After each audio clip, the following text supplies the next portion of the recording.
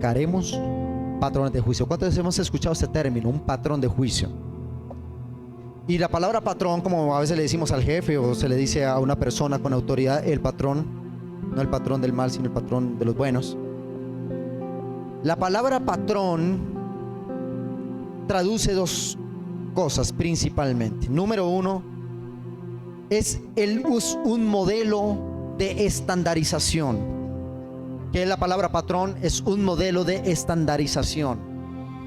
Y número dos, se puede definir como modelos a seguir que no varían. Cuando tú y yo marcamos un patrón, en este caso, como lo dice la palabra, patrones de juicio, estamos marcando inamovibles una conexión del Espíritu de Dios con el ser humano. Hay cosas que se rompen, aunque Dios es un Dios de pactos. ¿Cuántos lo creen que Dios es un Dios de pactos? Pero no vemos lo que conforme al pacto Dios hecho hacia nosotros, no lo vemos a veces hecho una realidad, simplemente porque alguna de las dos partes rompió con la estandarización o el patrón firmado. En este caso te quiero decir que el que falló no es Dios, sino nosotros. ¿Alguien puede decir amén a eso? Yo por lo menos lo creo. Dios nunca ha roto un pacto, tal vez yo hacia Él los he roto. Entonces, cuando vemos que el patrón de juicio es una estandarización de algo, eso nos va a llevar a dos definiciones que más adelante las vamos a exponer. Y créame, amada iglesia, que lo que está pasando con los que estemos esta mañana en ese lugar está teniendo una repercusión en el cielo.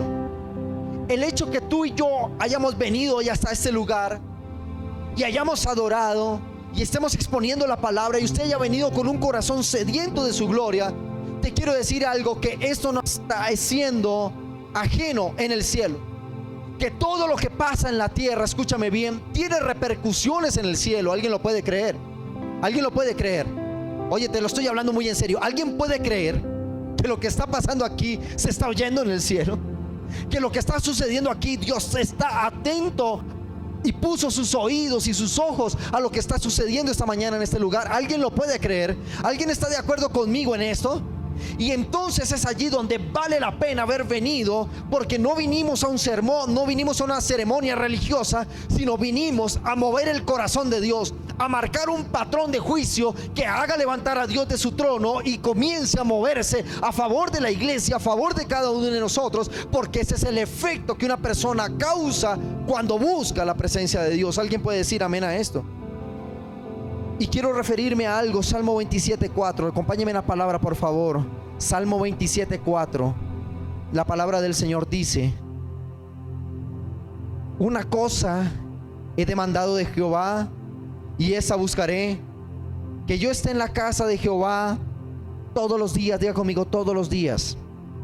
Vamos, repítalo de nuevo: todos los días de mi vida, para contemplar la hermosura de Jehová y para inquirir en su templo. Voy a leer otra versión.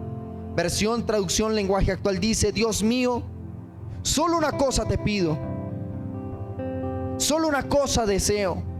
Déjame vivir en tu templo todos los días de mi vida, para contemplar tu hermosura y buscarte en oración. Me estoy refiriendo a un hombre que gobernó Israel, el pueblo de Dios, durante 40 años.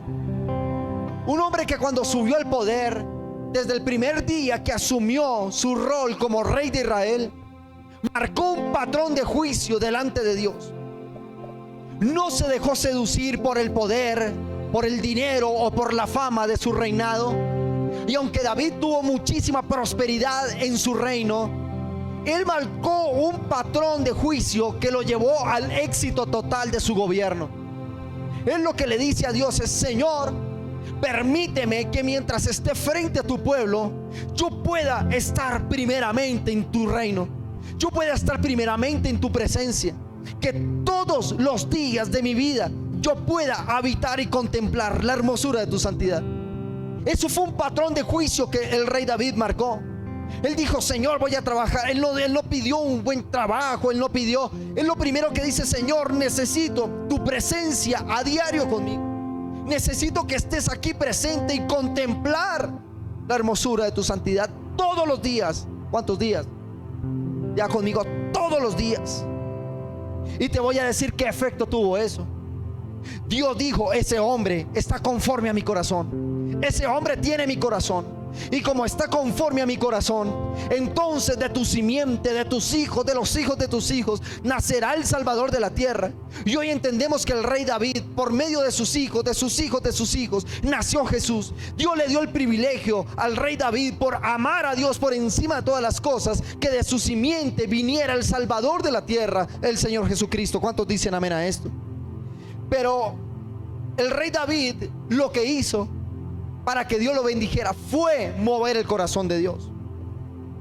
Lo que el rey David marcó como un patrón es que inspiró el corazón de Dios. ¿Sabía usted, amada iglesia, que usted y yo tenemos una capacidad tremenda de inspirar el corazón de Dios? Y de decirle, hacer que Dios se levante de su trono cuando nos congregamos y cuando vamos a su presencia. Un Dios que es eterno y que está en su trono. Que todo, lo dice la palabra, que todas las galaxias, que todo el infinito, Él como telón lo puede cerrar con sus manos. Imagínese la dimensión de ese Dios al que adoramos. Y que un ser mortal como usted y como soy yo, un ser pecador como lo soy yo, una persona de 1,70, una parte corpórea, una persona común y corriente, pueda hacer llamar la atención de un Dios eterno. Bueno, el rey David lo hizo. Él lo primero que hizo es: voy a llamar la atención de Dios, porque si Dios está conmigo en todas las cosas que hago, yo sé que voy a prosperar. Y cuando tú y yo llamamos la atención de Dios, prepárate para que Dios bendiga tu vida como nunca antes la ha bendecido, porque a Dios le interesa lo que pasa en este lugar. ¿Alguien lo puede creer en esta mañana? ¿Alguien está con este mismo sentir? Y cuando Él dice una cosa: demandado, diga conmigo: he demandado. En la versión lenguaje actual dice: solo una cosa te pido, solo una cosa deseo. Déjame vivir en tu templo todos los días de mi vida. Es decir, Él dijo: yo quiero estar en comunión con Dios a diario. Diga conmigo: a diario. ¿Qué fue lo que el rey David marcó con este patrón de juicio? Escúchame bien, Él motivó e inspiró a Dios a escuchar su oración. Y entonces el rey David movió en Dios las siguientes cosas. Diga conmigo: lo motivó y lo inspiró. Dígalo de nuevo: lo motivó y lo inspiró. Yo te quiero decir algo. Cuando tú y yo venimos a la iglesia, nos congregamos, buscamos la presencia. Cuando tú y yo vamos en la madrugada, al mediodía, en la noche, a la presencia del Espíritu Santo, ¿sabes qué pasa en el cielo? Dios se comienza a motivar por ti. Dios comienza a motivarse por saber más de ti. La oración, la adoración, la búsqueda, la congregación tiene un poder tan grande que logra llamar la atención de Dios, de mortales como lo somos todos nosotros en la carne. Dios comienza a interesarse por buscarle a usted. La palabra motivación tiene dos definiciones. Número uno es causa o razón que mueve para algo. Número dos, preparatorio de una acción para animar o animarse a ejecutar con interés y diligencia. Yo te quiero decir, es una palabra sencilla en el sentido de la profundidad de la investigación, pero tiene todos los méritos en el Espíritu para avivar a una iglesia, para llamarte hoy y exhortarte a que tú te avives en el Espíritu, para llamarte hoy desde este púlpito y decirte: comienza a buscar su presencia, porque cuando tú le buscas generas un interés en el cielo que va a traer sobre tu vida abundante bendición. La palabra motivación quiere decir prepararse para una acción. Diga conmigo: prepararse para una acción. Es animarla y ejecutarla con interés. En este caso no vamos a decir que Dios me buscó a mí, sino que ahora yo lo voy a buscar a Él. Que ahora tengo una semilla en mi corazón que me inspira a buscarlo. que cuando tú y yo lo buscamos, escúchame bien, comenzamos a estimular el corazón de Dios. Comenzamos a estimular para que Dios se motive. Comenzamos a motivar para que Dios comience a preguntar por la iglesia, comience a preguntar por la ciudad, comience a preguntar por el país, para que comience a preguntar por tu vida, por tu ministerio, por tu familia. Cuando tú te levantas en la mañana y buscas la presencia de Dios, dice: un momento, Él dice en el cielo, un momento, hagan silencio todos, porque hay alguien que allá en esa esquina de Bogotá, Colombia, alguien me está buscando. Allá hay una iglesia que tienen interés en buscar mi nombre, y esto llama su atención. Diga conmigo: y esto prepara el corazón de Dios para que desate bendición, para que desate lo sobrenatural sobre nuestra vida. ¿Cuántos dicen amén a esto? ¿Cuántos dicen amén a esto? Diga conmigo: motivar es comenzar a preparar a alguien para que actúe a favor mío. ¿Cuántos dicen amén? Pero viene un segundo término, y es que Dios se inspira. El primero, ¿cuál es? Motiva. El segundo, inspira. La palabra inspirar trae definiciones. Número 1 es iluminar el entendimiento de alguien y mover su voluntad. Número 2, enardecerse y avivarse. Y número 3, ilustración o movimiento sobrenatural que Dios comunica a la criatura. Cuando Dios, a través de su oración, de su secreto, de su relación con Dios, tú comienzas a inquietar el corazón de Dios. Cuando tú, a través de la lectura de la palabra, cuando te cierras en tu estudio, en tu sala, en la iglesia, donde quieras que tú puedas orar, eso comienza a motivar a Dios a decir: ¿quién es? ¿De dónde viene? ¿De dónde sale? Y entonces la motivación lleva a la inspiración. ¿Y qué es inspiración? Diga conmigo: es comenzar a mover la voluntad de alguien, en este caso la de Dios. ¿Tú crees que haber venido esta mañana simplemente era el cumplimiento de un horario porque el pastor dijo que a las 8:30 o a las 10:30? Tú viniste con una revelación. Tú dejaste tu comodidad de casa para venir a congregarte con una sola motivación, y era la de mover el corazón de Dios para que Él se inspire a bendecirte. Pastor, no veo buenos resultados en la vida. Tú tienes un arma que es letal contra el infierno y la oscuridad, y es comenzar a buscar a Dios, buscar su rostro, dejar de ser indiferente a Él, porque Él es una persona, no es algo, es alguien. Y Dios necesita que una iglesia comience a motivarlo. Dios necesita que una iglesia comience a generar, a mover la voluntad de Dios. ¿Cuántos dicen amén a esto? Dice la palabra del Señor que el rey David dijo: déjame vivir en tus atrios. ¿Sabes qué hizo el rey David? Comenzó a inquietar el corazón de Dios, comenzó a mover el corazón de Dios, y Dios le dijo: no se sentará otro diferente que tú en el trono para que gobierne mi nación. El patrón de juicio que marcó un hombre enamorado de Dios hizo que su reino fuera eterno y nadie lo pudiera tumbar. Cuando tú y yo amamos a Dios, diga conmigo: cuando amamos a Dios, el patrón de juicio marcado para mi vida es que lo que yo hago y mi bendición será eterna y nadie la podrá detener. ¿Cuántos dicen amén a esto? Deuteronomio 4:39 dice la palabra. Deuteronomio 4:39 dice la palabra del Señor: aprende pues hoy y reflexiona en tu corazón que Jehová es Dios arriba en el cielo y abajo en la tierra. Repita conmigo: Dios es Dios arriba en el cielo. ¿Y dónde? Y abajo en la tierra.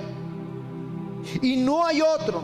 Y guarda sus estatutos y sus mandamientos, los cuales yo te he mandado hoy, para que te vaya bien a ti y a tus hijos y después de ti, y prolongues tus días sobre la tierra que Jehová te da para siempre. Aquí encontramos una verdad bíblica que debería ponerlo a saltar usted de la dicha, que a mí me pone a saltar, porque yo soy un ser humano mortal, nací en una naturaleza pecaminosa. Pero tengo una buena noticia para ti, iglesia, escúchame bien.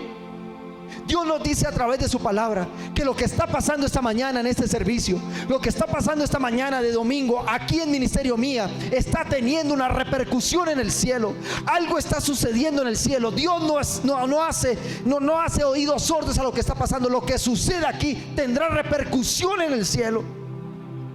Hacer que un Dios eterno, santo y puro, grande y maravilloso se fije en seres como usted y como yo, que nacimos en naturaleza pecaminosa, que Él detenga el cielo y la tierra por cumplirle a usted su palabra y cumplir mi palabra. Entonces eso es un motivo de dicha. Eso es un motivo donde usted y yo diríamos: nunca más dejaré de buscarle, nunca más dejaré de volveré a ausentarme en su presencia, porque lo que hacemos en la tierra en su nombre tiene repercusión en el cielo. Y esto es una palabra de evangelio con la que te vengo con buenas noticias. Cuando tú oras a Dios, algo pasa en el cielo. Cuando tú y yo batallamos, oramos, intercedemos, ayunamos, adoramos, ofrendamos, diezmamos, algo pasa en el cielo. Algo sucede en las atmósferas espirituales y Dios despierta voluntad para bendecirte. Alguien puede decir amén a esto. Alguien lo cree en esta mañana. Y el hecho de haber estado en esta mañana en este lugar está teniendo repercusión. Diga conmigo: Dios es Dios del cielo. Es más, te voy a decir algo, y yo no sé cómo lo vayas a tomar, pero siempre lo he dicho y creo que no es incorrecto, que a Dios le gusta más la tierra que el cielo. Porque si no fuera por eso, no hubiera mandado a su Hijo Jesucristo. Porque Dios prefirió morir por ti que vivir sin ti. Porque Él prefirió dar la vida de su Hijo con tal de tener gente en la tierra que le adorara, con tal de no ver los ojos de la tierra con los malos ojos del pecado, sino ver la tierra redimida. Dios le gusta las cosas que pasan en la tierra, y lo que pasa en la tierra tiene repercusión en el cielo. ¿Cuántos dicen amén a esto? Diga conmigo: soy bienaventurado, porque lo que pasa esta mañana aquí a Dios le está interesando en el cielo. Y si Dios tiene que mandar a callar a los ángeles, a decir silencio porque el ministerio Mía me están adorando, entonces lo va a hacer. Pero todo lo que pasa aquí tiene interés en el cielo. ¿Alguien dice amén a esto? Escúchame bien. Dice la palabra de Dios, Jeremías 19:20. Jeremías 19:20 dice la palabra: mi tienda está destruida y todas mis cuerdas están rotas. Mis hijos me han abandonado y perecieron. No haya quien levante mi tienda, ni quien cuelgue mis cortinas. Versión hispanoamericana dice: mi tienda destrozada, las cuerdas arrancadas, mis hijos se han ido y no los tengo conmigo. Ya no hay quien monte la tienda y levante las lonas. Escúchame bien lo que Dios habla a su pueblo. Cuando tú y yo, diga conmigo, cuando tú y yo nos ausentamos de su presencia, Él siente su ausencia. Dios manda al profeta Jeremías a decirle al pueblo en una voz desesperada: mi tienda está destrozada, las cuerdas arrancadas, mis hijos se han ido, no los tengo conmigo. Dios, así como tu oración y tu adoración tienen repercusión en el cielo, tu ausencia y mi ausencia también se sienten en el cielo. Dios siente la ausencia de sus hijos. Dios siente cuando usted y yo reemplazamos la iglesia, la oración, reemplazamos lo que es del reino por otras cosas. Dios siente esa ausencia. Dios dice: ¿dónde se me han ido mis hijos? En mi casa no hay nadie.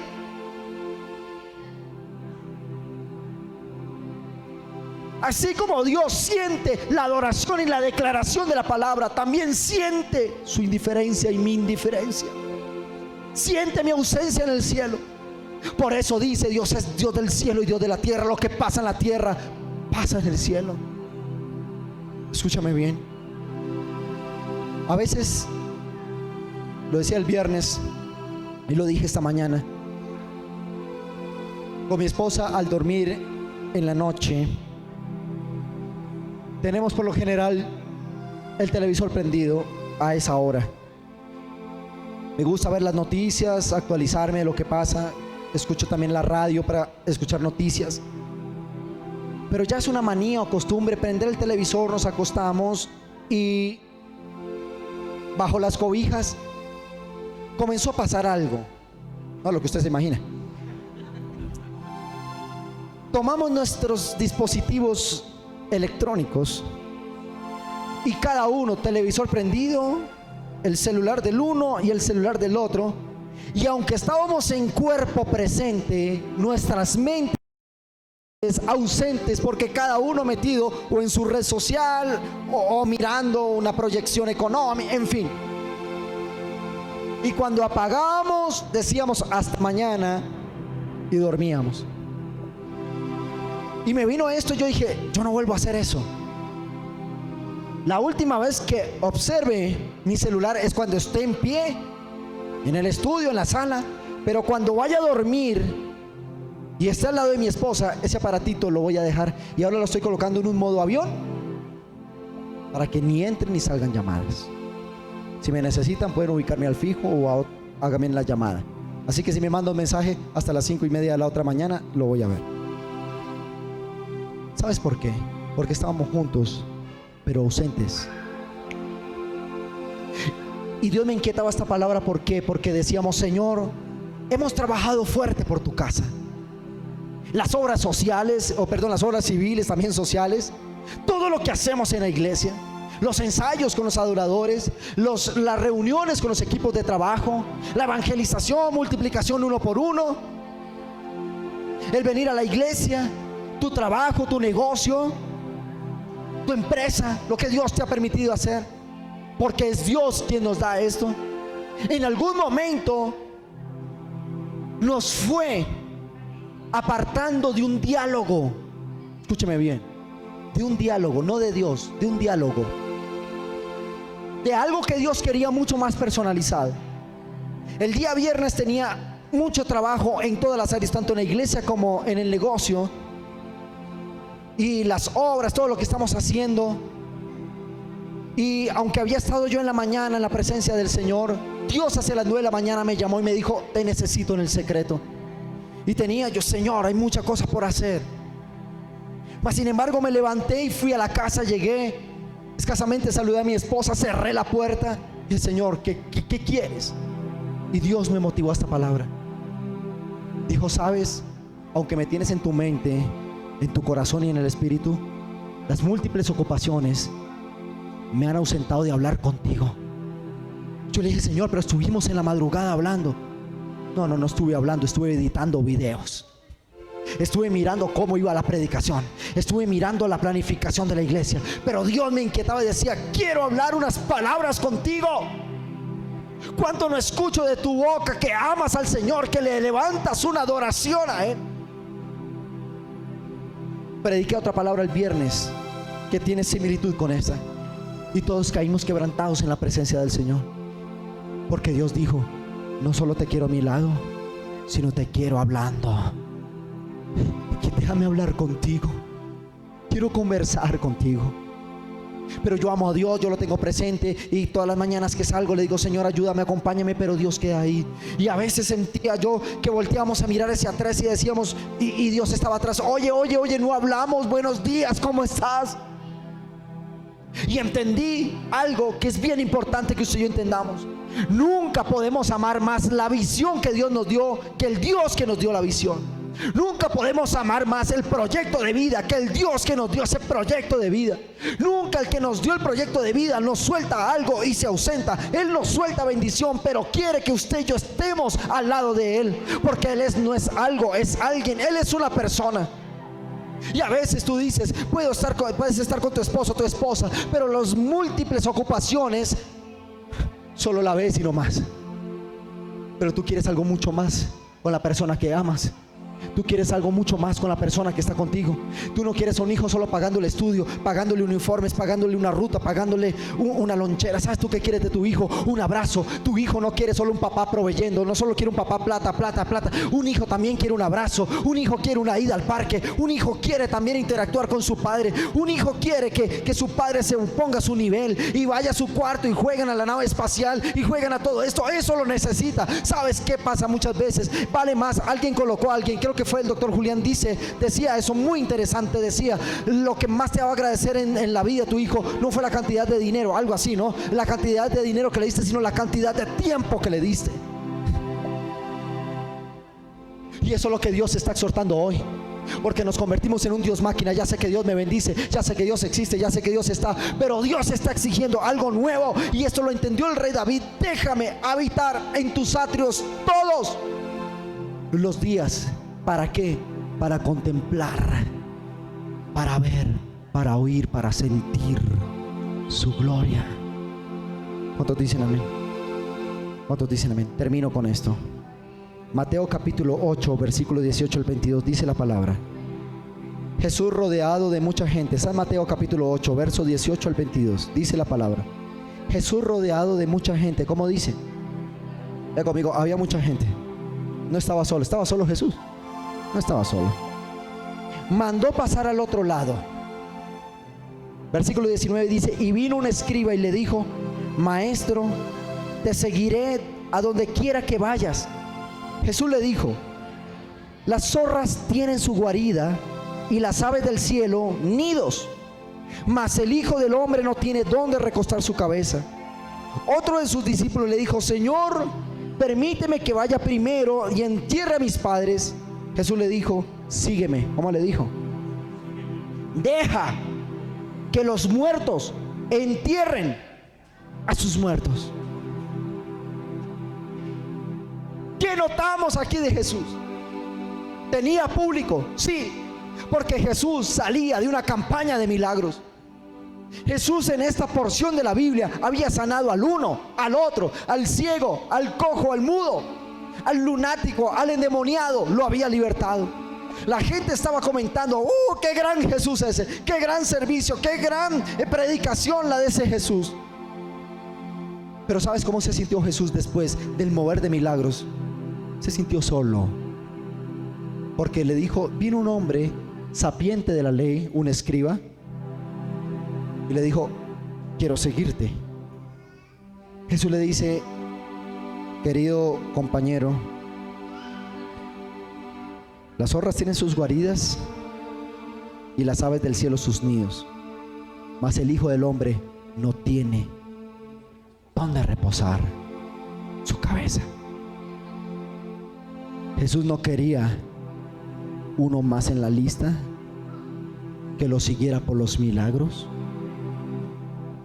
Tal vez Jesús le hubiera podido decir: haz parte del ministerio, qué alegría. Pero ¿sabes Jesús qué dijo? Tengo mucha gente en mi equipo de trabajo, pero ninguno me brinda su vida para que yo repose en ella. Descifremos algo. Dice la palabra de Dios que mandó a pasar al otro lado. ¿A dónde? Y no es la primera vez que encontramos que Jesús decía: pasemos al otro lado. Diga conmigo: pasemos al otro lado. Dígalo de nuevo: pasemos al otro lado. Dígale al que está a su lado: pasemos al otro lado. Pero ¿por qué Jesús tenía casi que por costumbre, cuando terminaba sus campañas de milagros, decir: pasemos al otro lado? ¿Sabes qué quedaba o qué había detrás o después del otro lado del río? ¿Sabes qué había? Una familia. Diga conmigo: una familia. No tengo muchos datos de esa familia, solo sé que habían 3 hermanos. Uno se llamaba Lázaro, el otro se llamaba Marta, la otra se llamaba Marta y la otra María. 3, 2 hermanas, un hermano, 2 mujeres, un varón. Es los únicos datos que yo tengo de esa familia. Pero cuando Jesús, rodeado de gente, de multitudes, habiendo hecho milagros al uno y al otro, Él siempre decía: Señor, es suficiente, pasemos al otro lado. ¿Y sabes por qué Jesús insistía en pasar al otro lado? Porque al otro lado del río iba a encontrar una familia. ¿Cuántas? Una. Que cuando Jesús llegaba a su casa, lo hacían sentir tan bien que Él decía: este es mi hotel 5 estrellas. Lázaro, Marta y María Se habían propuesto no pedirle milagros a Jesús, se habían propuesto no pedirle y que se sintieran bien ellos, sino hacer sentir bien a Jesús. Ellos se habían propuesto decir: Señor, cada vez que vengas a mi casa, siéntete como en tu casa. Lo que es de mi casa es tuyo. Me bajo de mi cama para que tú te acuestes en ella. Un masaje en los pies, un masaje aromático, un chocolate con queso, unos tamalitos, unos panecillos. Y Jesús se sentía bien. ¿Por qué Jesús, cuando terminaba sus campañas de milagros, decía: pasemos al otro lado? ¿Sabes por qué? Porque había alguien que hacía que Jesús descansara, se sintiera bien. ¿Cuántos dicen amén? Y ese lugar se llamaba Betania. En esa población había una familia, ¿cuántas? Que lo hacían sentir bien, que dejaron de buscarlo por los milagros o por el interés de lo que Jesús podía hacer. Estas personas entendieron la dimensión que si hacían sentir bien a Jesús, cosas tremendas Dios iba a hacer en su casa. Tiempo después Lázaro murió. ¿Y sabes qué hizo Jesús? Imposible dejar muerto a un hombre que me atendió y me hizo sentir bien. Y fue después de 4 días y lo resucitó.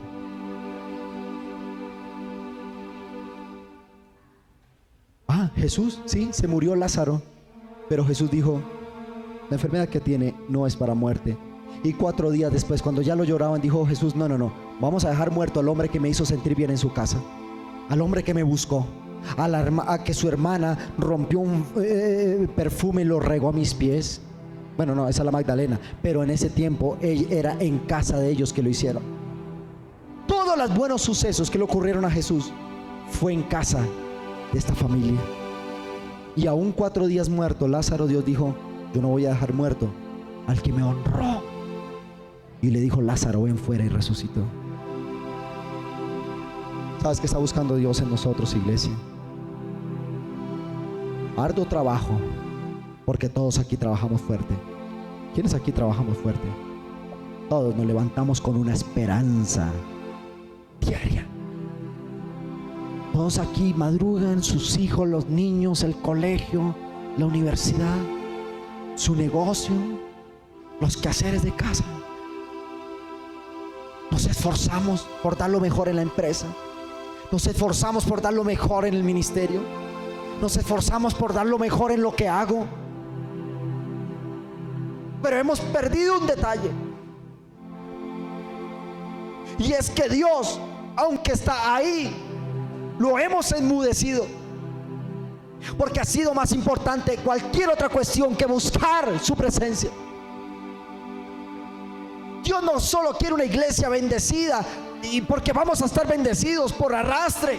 Busca primeramente el reino, y lo demás, riqueza, negocios, vienen por añadidura.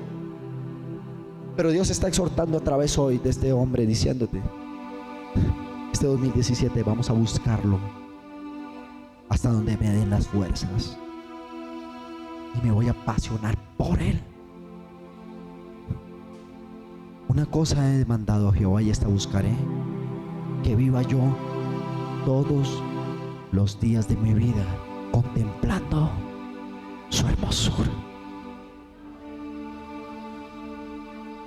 El viernes lo prediqué y decíamos: una carta que Dios envía a una de sus iglesias en Éfeso. ¿Y sabes qué le dice a la iglesia de Éfeso a través del profeta? Le dice: conozco tus obras. Número 1, conozco tus obras, conozco tu arduo trabajo y conozco tu paciencia. Es decir, era una iglesia, Éfeso era una iglesia que trabajaba mucho por la multiplicación, por hacer bonito el lugar donde se congregaban, por invitar gente. Tal vez los adoradores ensayaban mucho, los que predicaban preparaban sus palabras, los discipulados, los niños, las fiestas, todo, trabajaban muy duro. Él dice: lo conozco que arduamente trabajas, conozco tus obras, conozco, número 2, tu paciencia, que resistes al pecado. Pero le dice en el versículo 4 en ese capítulo 2: pero tengo contra ti que has perdido el primer amor. ¿Sabes cómo dice la versión lenguaje actual? pero hay una cosa que ya no me gusta de ti, le dice a la iglesia, que ya no me amas como lo hacías antes. Y arrepiéntete, dijo. Pero si era una iglesia que trabajaba, la iglesia de Éfeso se había multiplicado, era grande. Tenía tal vez 3 o 4 grupos de alabanza, tenía servidores, tenía equipos de evangelistas, tenía televisión, tenía cámaras, tenía todo equivalente a nuestros días. Pero Dios le dijo, hay algo que ya no me gusta de ti. ¿Qué es? Que ya no me amas como me amabas antes. Y Dios nos está exhortando en esta mañana y en este tiempo, amada iglesia, para que nada en su vida, su proyecto, por grande que sea, lo pueda separar. Porque Dios dijo, porque si no te arrepientes, te quito tu corona. Y por eso salí corriendo el viernes. Yo dije, no hay empresa, no hay edificación que valga, voy a hablar con él. Y Dios me dio esta palabra. Conozco tus obras, tu arduo trabajo y tu paciencia. Pero hay algo que ya no me gusta de ti. Ya no me amas como me amabas antes. Yo quiero vertir esta palabra sobre usted. Quiero que sea soltado. Vamos, adoradores. Vamos allí. Chicos, vayan. Tengo algo contra ti, que ya no me amas como me amabas antes.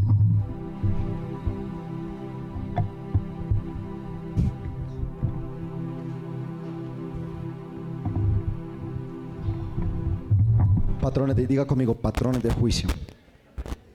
¿Cómo los voy a estandarizar? Diga conmigo, que Dios sea primero en mi vida. Que Dios sea el primero en mi casa. Camilo, llévame con el piano. Yo creo que usted esta mañana le diga, Señor, vengo delante de tu presencia.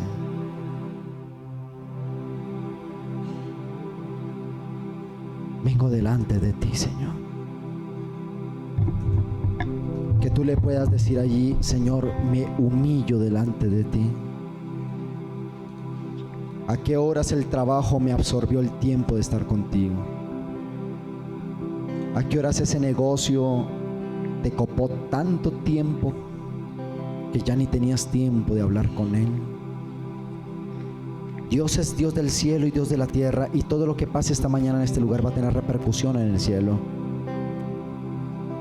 También te quiero decir, iglesia, que cuando tú y yo adoramos, en el cielo comienzan a ocurrir cosas, porque no es ausente la adoración de sus hijos.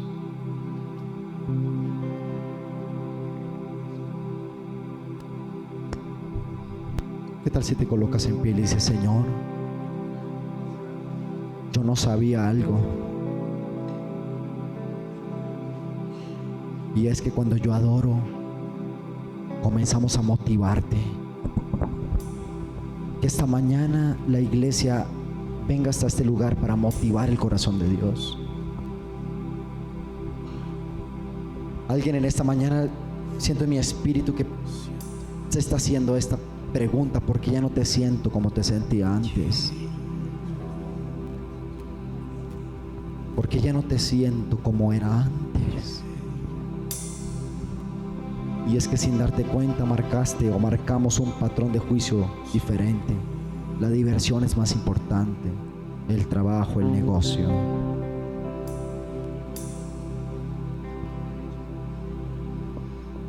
¿En qué momento lo dejamos al lado?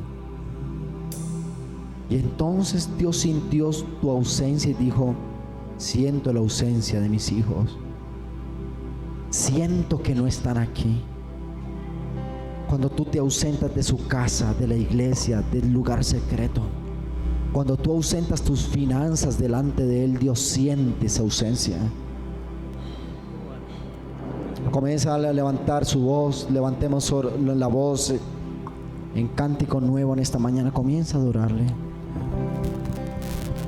La palabra de Dios dice que cuando Salomón dedicó el templo, dice que descendió la gloria sobre ese lugar.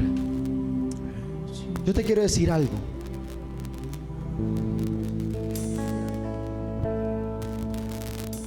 Cuando Salomón dedicó el templo, escúchame bien, iglesia, vamos en do y fa, chicos, do y fa, no más.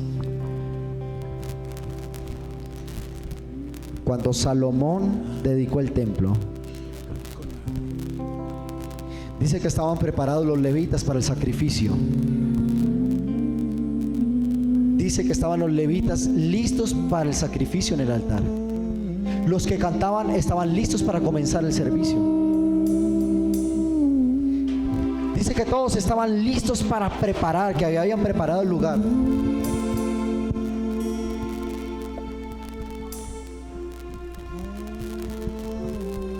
¿Y sabes qué pasó?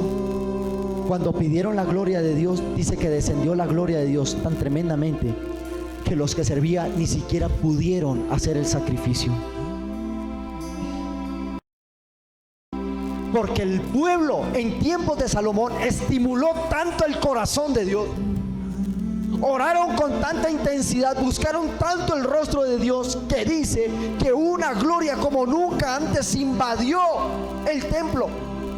Ni siquiera los levitas, que eran los que hacían el sacrificio, pudieron hacer el servicio. Dios mismo hizo el servicio el día de la dedicación del templo.